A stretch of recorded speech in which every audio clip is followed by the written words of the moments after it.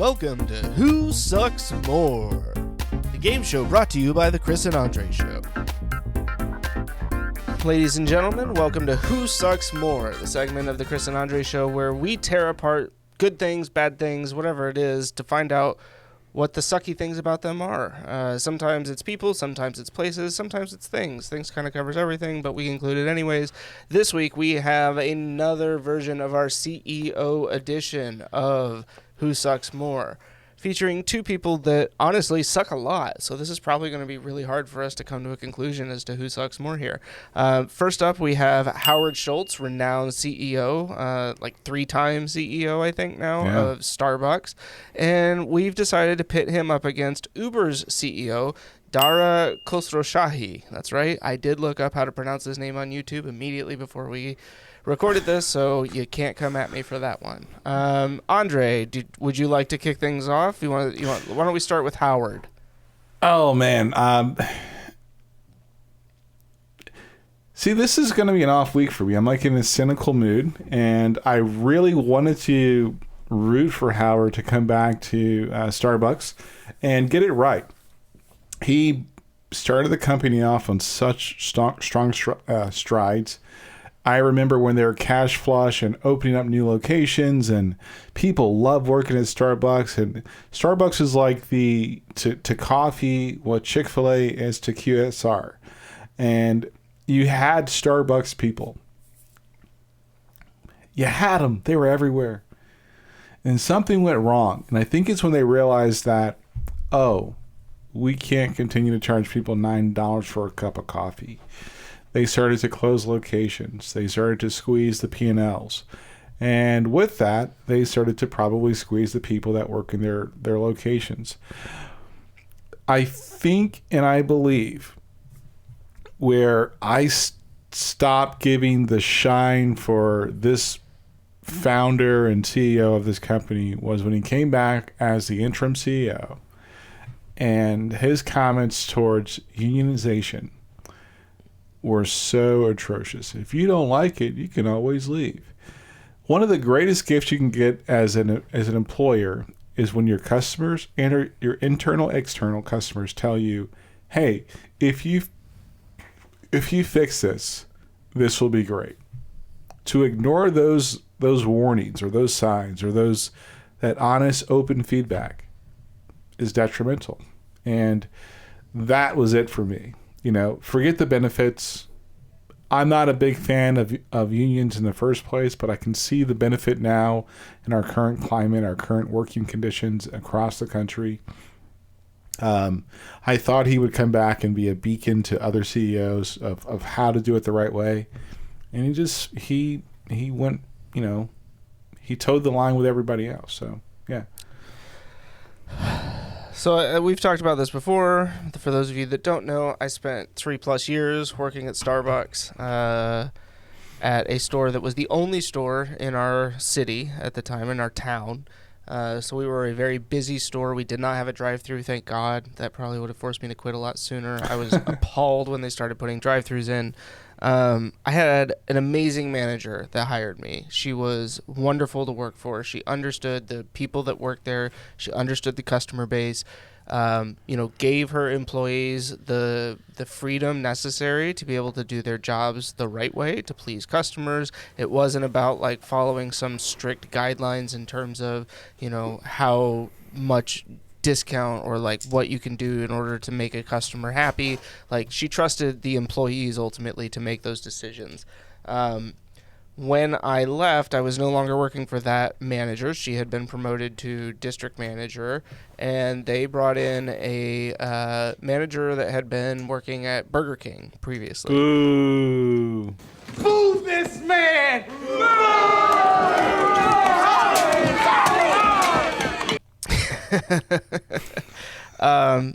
That is not to take a shot at fast food restaurant managers in general. Yeah.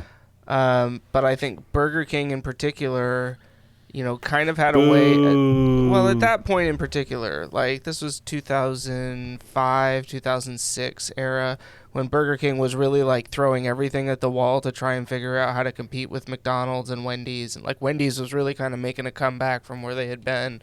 And okay, continue. Okay, sorry. This is all coming from somebody outside the industry. Yeah, the new manager just had all of that stuff kind of went away. It all became, everything has to be done exactly the way that I want it. She didn't trust her employees to do it. She played favorites with the employees. So certain people had certain leniency, others didn't. I remember at one point we were running a promotion, like a internal promotion, where if a store sold a certain number of coffee makers by like the Christmas holiday or the end of the year, the store manager would get a bonus, like whichever store in the area did it. Pardon my language, but this bitch came in 2 days before the thing was over and bought multiple coffee machines herself and then returned them to another store after the contest was over so that she would get the bonus. Wow. So aside from my personal experience with Starbucks, obviously that was a long time ago, Howard Schultz himself was the guy who came in and said, we're not going to call the people that work here employees. We're going to call them partners, right? You're not a Starbucks employee. You're a Starbucks partner. You are part of this venture with us. You are the people who interact with the customers, who ultimately make their drinks and decide whether or not their experience is a positive one. The fact that you had baristas who were trained not just how to like sling coffee as quickly as possible, but how to make a drink the right way, how to be, and you can laugh a little bit at this, but there was literally like a level of artistry to working with some of those espresso machines. I do not doubt it. I do not doubt the skill of a barista, whether it's Starbucks or anywhere, because the little pictures they do with the milk, I love that. And not even that, but it's like when you're working with a line of 30 people and you're pulling shots on this machine and it starts pulling long for whatever reason, and these shots are getting bitter, you have to know, all right, I got to tamp it a little less. I got to, you have to understand the machine a bit to know how to work it so that you're not either creating really bad drinks or slowing everything down because you got to pull 5 or 6 different shots and you're just dumping them. Same thing with steaming milk. If you can't steam a cappuccino right, the person who orders a cappuccino most likely has had it before be pissed at you. And is going to be like, this is a garbage cappuccino. I've been that guy now where I'm like, this isn't a cappuccino. This is a foamy latte, you dick. You're willing to do. Todd!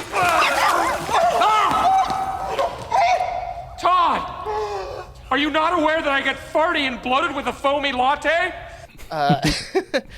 But yeah, they made a change also to go to like these automated machines because it stopped being about creating excellent experiences whenever possible and about creating a consistent mediocre experience everywhere that you went, right? Every Starbucks, you got the same experience. But it wasn't a great one. It wasn't an excellent experience. You had no chance for someone to craft a really excellent drink for you because it was all automated. You push a button, it pulls the shots. You push a button, it steams the milk. I say all that to say this. Howard Schultz came back. I'm with you. Like, I was like, this dude was running it when I was there at first, and then he kind of stepped back. Things changed. I wasn't happy. Maybe him coming back now is going to be the difference. Maybe he's going to put the partner back in, partner or whatever. I don't know. Yeah, that was terrible right there. But no, instead, it's like he came back because he was pissed off that people were trying to unionize at some of his stores. And so his focus seems to have been on alienating and retaliating against those people. He's had multiple direct meetings with people that were trying to unionize where he's antagonized them, where he said things like, if you don't like it, you can leave, which I think is a terrible attitude to take.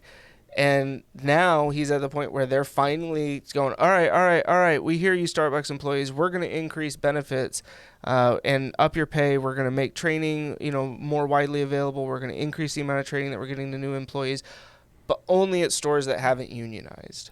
if you've unionized, you're going to have to bargain for that. And that right there, to me, is why Howard Schultz sucks. I don't necessarily hate that. And since my view on the unionized employment is starting to kind of pivot, I don't necessarily hate that. But because what that does, it calls into question the authority and the direction and the goals of the union itself. And we've seen this throughout history. You watch UAW completely get people fired and out of jobs. Yeah. You watch United Steelworkers do the same thing. There's a limit to. I think unions should not be for a forever thing. They should be in times of crisis to correct the ship and then disband it. So I don't necessarily hate the idea of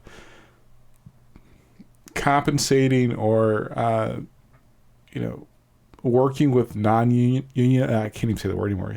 Unionized locations, because it makes sense. Because these people have, they've decided this is a path they need to go, and yes, they should bargain for it. But a union should literally have diminishing returns over time. Now, if Starbucks any organization can fix that, that's awesome. I do think that Starbucks, as well as Amazon, have. Well, I think they're big targets, and that's why they're in the news so much. But I also believe that they're not responding to the challenge the right way. So that's where I kind of think that Schultz he's really messing up. It's like it's coming at you, not because of you, and you're taking it personal, but how do you bend with this challenge to make it work for both parties involved? And that's what I can't believe he hasn't realized yet.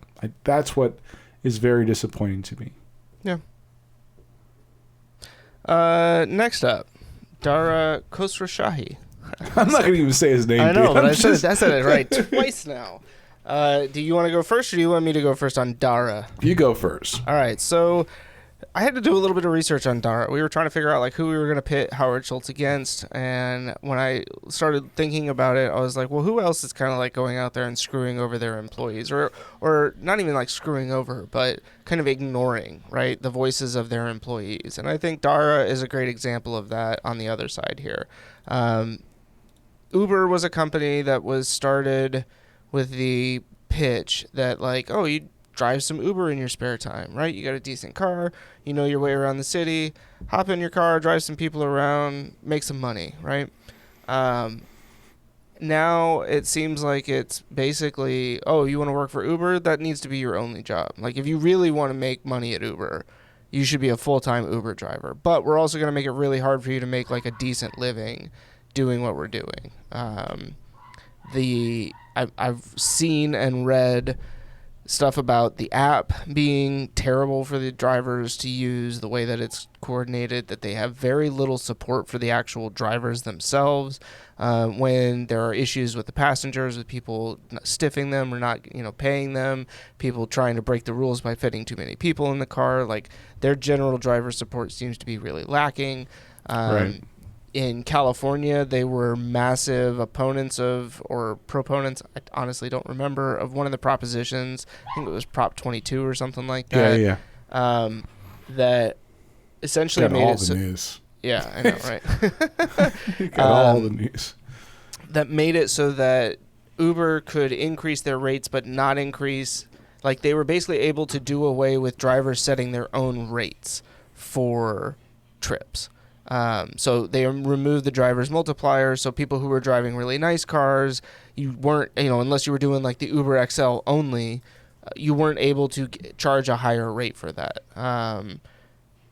Now, most recently, he's come out and essentially said, we're going to cut costs to make things better because it's all about our investors. Yep.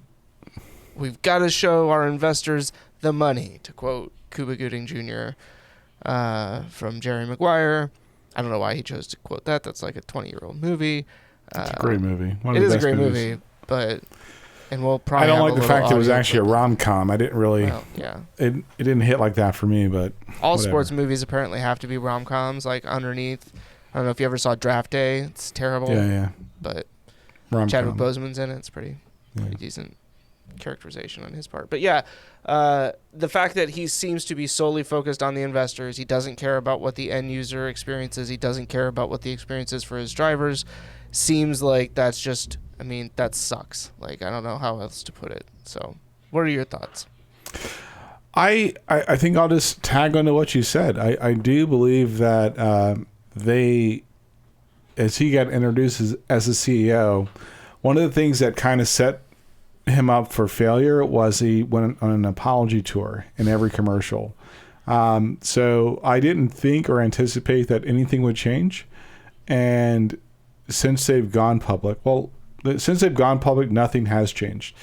But to even go further beyond that, Uber itself has never been this pristine company of like anything. So I've never had a high expectation for it. I'm also a fan of disrupting. If you're going to make a disrupting or you're going to disrupt any industry or technology, it's got to be decentralized, and it can't be this one niche that controls all of it. They can't have the whole bag. I think Uber thought they could keep the bag. They grew the company with a lot of guerrilla tactics across the country and globally. They were never meant to be successful. In my opinion, I think they're just like a really cool idea that a lot of people funded, and the idea is so passé. Like, I could totally make Uber without being Uber, like today, with all the same technology, and it's not a very actually, I don't know if it really was a unique idea when it first came about. I think their branding made them an item. I believe that the story of Lyft is probably, or I'm sorry, Airbnb is a better tale of like really disrupting a market to where they can actually create a whole new industry, even with their bumps and bruises.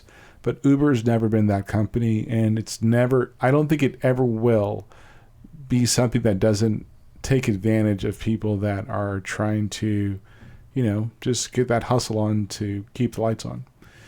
And I've never had a high opinion of their CEO because he came out on an apology tour. That's the way to kick things off. We're sorry. We're sorry. Sorry. We're sorry. I'm deeply sorry. Sorry. We know Forgive things us. don't. Yeah, we know things didn't come out I don't remember the commercials, but he's in a car. He's talking about his childhood and his parents, and that was like every commercial. It's like, no, dude, it must be really bad. Like everything you see and everything you hear in these meetings must be pretty bad that you have to come in and apologize on day one. Yep. The founder was the least of your problems. Your relationships in Europe, your relationships in the States, and how you guys tried to disrupt what was happening in New York, and you've got all the cabbies upset with you because their medallions have like plummeted in price, and people have bought these things for millions of dollars. Yeah. There's a lot of baggage behind Uber that people they're not aware of or they don't talk about. But their CEO was never meant to be successful. Yeah. I mean, I think your point, like the company itself wasn't supposed to be like what it is today, right? It wasn't essentially supposed to be a centralized driving service.